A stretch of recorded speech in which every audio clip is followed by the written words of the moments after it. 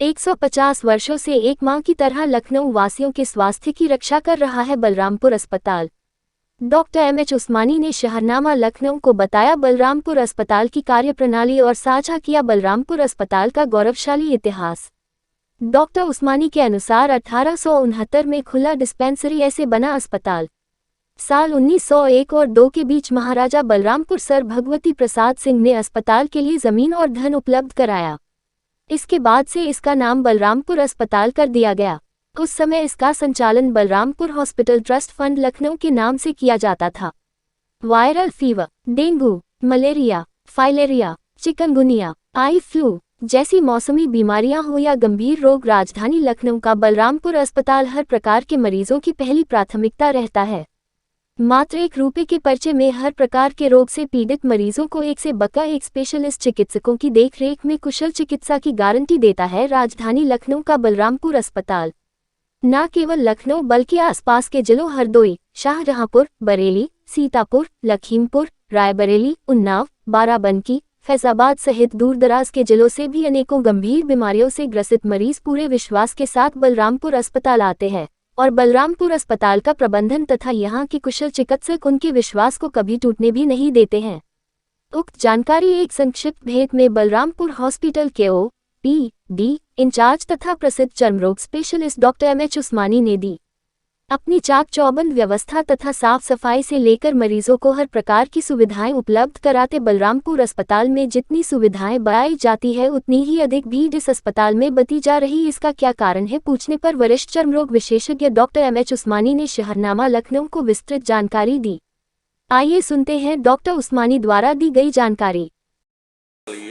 मरीजों की संख्या भी उतनी दिन ब दिन बढ़ती आ रही है। यहाँ देखते हैं लेने पहले 2 काउंटर थे तब भी इतनी लेने थी, आज 10 काउंटर है तब भी इतनी लेने। देखिए इसमें 2 बातें हैं। जो आप ना सवाल का पहला हिस्सा था कि क्या बीमारियां बढ़ रही हैं और क्या विश्वास बढ़ रहा है। देखिए बलरामपुर चिकित्सालय 150 साल पुराना चिकित्सालय है और यहाँ पे नामी गिरामी डॉक्टर रहे, जिस वजह से इस चिकित्सालय का जो विश्वास है वो बहुत ज़्यादा है। लोग जो हैं हमारे पास चौक से और ओल्ड सिटी से आ रहे हैं जहाँ पे मेडिकल कॉलेज नहीं 2 मेडिकल कॉलेज उपलब्ध हैं, लेकिन फिर भी वो बलरामपुर में उनका विश्वास है तो वो आते हैं। इसलिए हमारे यहाँ पर भीड़ जो है हमारे विश्वास की वजह से ज़्यादा है। एक चीज़ और सर जी कि जिस तरह से पेशेंट आ रहे हैं क्या उस हिसाब से यहाँ पे डॉक्टर अवेलेबल है?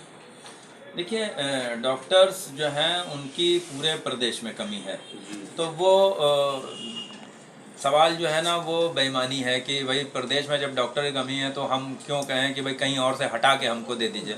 लेकिन फिर भी सरकार ने हमारी काफ़ी सुनी है।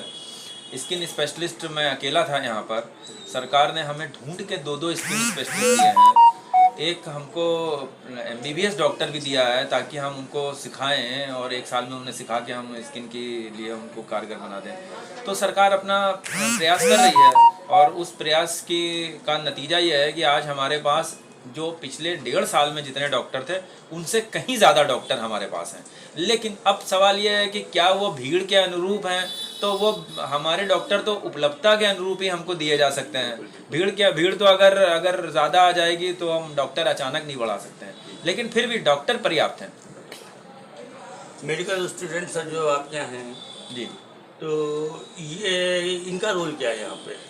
देखिए क्या ये इलाज करते हैं या सिर्फ सपोर्ट करते हैं आप लोगों का? देखिए ऐसा है कि जो हमारे पास जो मेडिकल स्टूडेंट्स हैं ये इंटर्नशिप करने आते हैं। इंटर्नशिप जो है वो मेडिकल की पढ़ाई का एक अभिन्न अंग है। वो कंपलसरी रोटेटरी इंटर्नशिप कहलाती है, उसमें कंपलसरी शब्द जुड़ा हुआ है। ये कहीं ना कहीं इंटर्नशिप करेंगे क्योंकि हमारे यहाँ पर सीखने का मौके ज़्यादा हैं, हमारे यहाँ पे मरीज़ ज़्यादा हैं। ये खाली माहौल से सीख जाते हैं। माहौल में पढ़ाई की बात चल रही है, माहौल में बीमारियों का जो है दवाइयाँ का नाम चल रहे हैं, उनको देखा जा रहा है मरीजों को। बिल्कुल वैसे ही ये सीख जाते हैं जैसे एक बच्चा अगर केरल में पैदा होता है तो वो कोई ट्यूशन नहीं जाता है, वो किसी स्कूल में नहीं जाता है, लेकिन वो मलयालम बोलना सीख जाता है। तो ऐसे ही माहौल से ये बहुत सी चीज़ें सीखते हैं। इसलिए जो इंटर्नशिप करने बच्चे आते हैं उनकी पहली प्राथमिकता जो है बलरामपुर अस्पताल है। और ये हमारा सपोर्ट नहीं, ये बेसिकली इंटर्नशिप जो होती है वो इसमें ये डॉक्टरी और इलाज नहीं करते हैं, लेकिन ये हमारा सपोर्ट करते हैं और उससे ये भी सीखते हैं। जी नहीं, आपके यहाँ के ही मेडिकल स्टूडेंट निकले हुए हैं। डॉक्टर फहद आदमी है, 5-6 साल पहले आदमी थे, इस टाइम वो आदमगढ़ में बहुत बढ़िया अस्पताल चला रहे हैं अपना निजी। एक थे मिराज अहमद, वो इस टाइम टाटा मेमोरियल में है। तो क्या उस तरह की यहाँ पे पढ़ाई अवेलेबल है? जिस तरीके से इतने बड़े लेवल पे वो लोग चले गए। नहीं देखिए, इसमें जो है दो चीज़ें हैं कि पढ़ते तो बहुत लोग हैं, लेकिन टॉप कुछ लोग ही करते हैं जिनमें जिज्ञासा होती है, जिनमें सीखने की इच्छा होती है, और जिनमें सीखने की इच्छा होती है उन्हें कोई चीज़ दुनिया की रोक नहीं पाती है सीखने से। वो कहीं ना कहीं से सीख ही जाते हैं। केजीएमसी से मैं पढ़ा हुआ हूँ। केजीएमसी के एक वक्त ऐसा था कि हिंदुस्तान का जितना भी बड़ा कॉलेज होगा उसका जो टॉप आदमी होगा वो केजीएमसी का होगा। तो एक जगह की भी बात रहती है, तो ये जगह की भी बात है कि वो यहाँ से सीख रहे हैं। लेकिन हमारे सारे आदमी एक जैसे हो जाएं ये संभव नहीं, पांचों उंगलियां एक बराबर नहीं होती हैं। तो हमारे कुछ लोग तो टॉपर ही हैं, वो जहाँ भी हैं वो अपना नाम रोशन कर रहे हैं और उसके सारे हमारे अस्पताल का भी नाम चलता है। मैं बोल रहा हूँ डॉक्टर सादिक जी, अभी वो दिल्ली के अंदर उनके एम्स के अंदर भी उनकी हुई और बड़ी उनको सम्मानित किया गया। वो भी बलरामपुर से ही पढ़ के गए जी हैं। जी। तो ये हमारे लिए खुशी की बात है कि हमारे पढ़ाए हुए बच्चे, जो हमारे यहाँ बच्चे जिन्होंने इंटर्नशिप किया है, वो देश भर के अस्पतालों में जो है अपना रोल अदा कर रहे हैं और मरीजों का इलाज कर रहे हैं। आजकल एक जेनुअल बीमारी चली है, आई फ्लू जी, और यही आपका आपके से संबंधित फील्ड है। और एक तीसरी चीज़ चली है, ये लोगों के पेट में ऐठन होकर के मोशन टाइप के आ रहे हैं जी। ये वायरल है।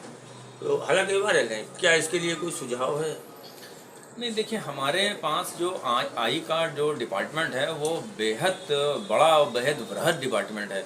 लखनऊ में जो है किसी भी सरकारी अस्पताल में 11 डॉक्टर नहीं है आई ऑप्थेल्मिक्स में, और हमारे पास बहुत नामी गिरामी डॉक्टर हैं। आई फ्लू का बेहतरीन इलाज करते हैं, और बचाव का तरीका तो अब तक सब जगह प्रचलित ही हो चुका है कि आप जो है आँखों को बार बार छुएं नहीं, साफ पानी से धोएं, स्टेरॉइड की दवाइयाँ, मिक्स दवाइयाँ ना डालें, और सबसे बड़ी बात जो है वो एक पढ़े लिखे चिकित्सक से सलाह ज़रूर लें। और परामर्श हमारे यहाँ उपलब्ध है, हर समय उपलब्ध है, हर समय हमारे यहाँ चिकित्सक उपलब्ध है। जो पेट में ऐठन की बात चल रही है, हमारे यहाँ पर जो फिजिशियन है वो बहुत काबिल फिजिशियन है। नरेंद्र देव जो गैस्ट्रो के फिजिशियन है, और हमारे डॉक्टर विष्णु कुमार बहुत काबिल फिजिशियन है। इसके अलावा भी हमारे पास फिजिशियन है, क्योंकि पेट की ऐठन जो होती है खाली वायरल ही नहीं होती है, उसकी बहुत सारी डायग्नोसिस होती हैं। वो एक डॉक्टर ही जो उस विधा का डॉक्टर है उसे देख कर पहचान पाता है कि ये किस बीमारी की ऐठन है, उसी अनुसार वो इलाज करता है। ऐसा जी, ये कुछ खान पान से भी फर्क हो, इन्फेक्शन होते हैं? ये बदलते मौसम के लिए खान पान लोग नहीं बदलते हैं, वही चालू रखते हैं। जैसे अभी एक दिन शायद आप ही ने बताया था फ्रिज में रखी हुई चीज़ें, किसी डॉक्टर ने बताया था हमें। देखिए, खान पान तो हमारे स्वास्थ्य के लिए जो है, मेरा सिर्फ सवाल इस क्वेश्चन पे है कि अगर लोगों में थोड़ी जागरूकता आ जाएगी तो आपका बोझ कम हो जाएगा। क्योंकि ज़्यादातर जो बीमारियाँ होती हैं ये पेशेंट की खरीदी भी होती हैं, खुद ही मोल ले लेता है। तो इसके लिए छोटे से कोई सुझाव हो? जी देखिए, सुझाव ये है कि खान पान जो है, जो न्यूट्रिशन है, वो हमारे बॉडी का इंजन है। और अगर आप इंजन में सही तेल नहीं डालेंगे तो इंजन कहीं ना कहीं लड़खड़ाएगा। तो जो आजकल का जंक फूड का ज़माना आ गया है, लोग घर में खाना बनाना नहीं चाहते हैं, बाज़ार से खाना चाहते हैं। और बाज़ार में जो खाना बिकता है वो सिर्फ अपना अच्छा मज़ेदार खाना बनाना चाहता है, उसको न्यूट्रिशन से कोई लेना देना नहीं। आजकल अगर आप टेस्ट देते हैं, वो आजकल बाज़ार में अगर दाल भी बन रही होती है तो उसमें भी वो अजीबो मोतो डाले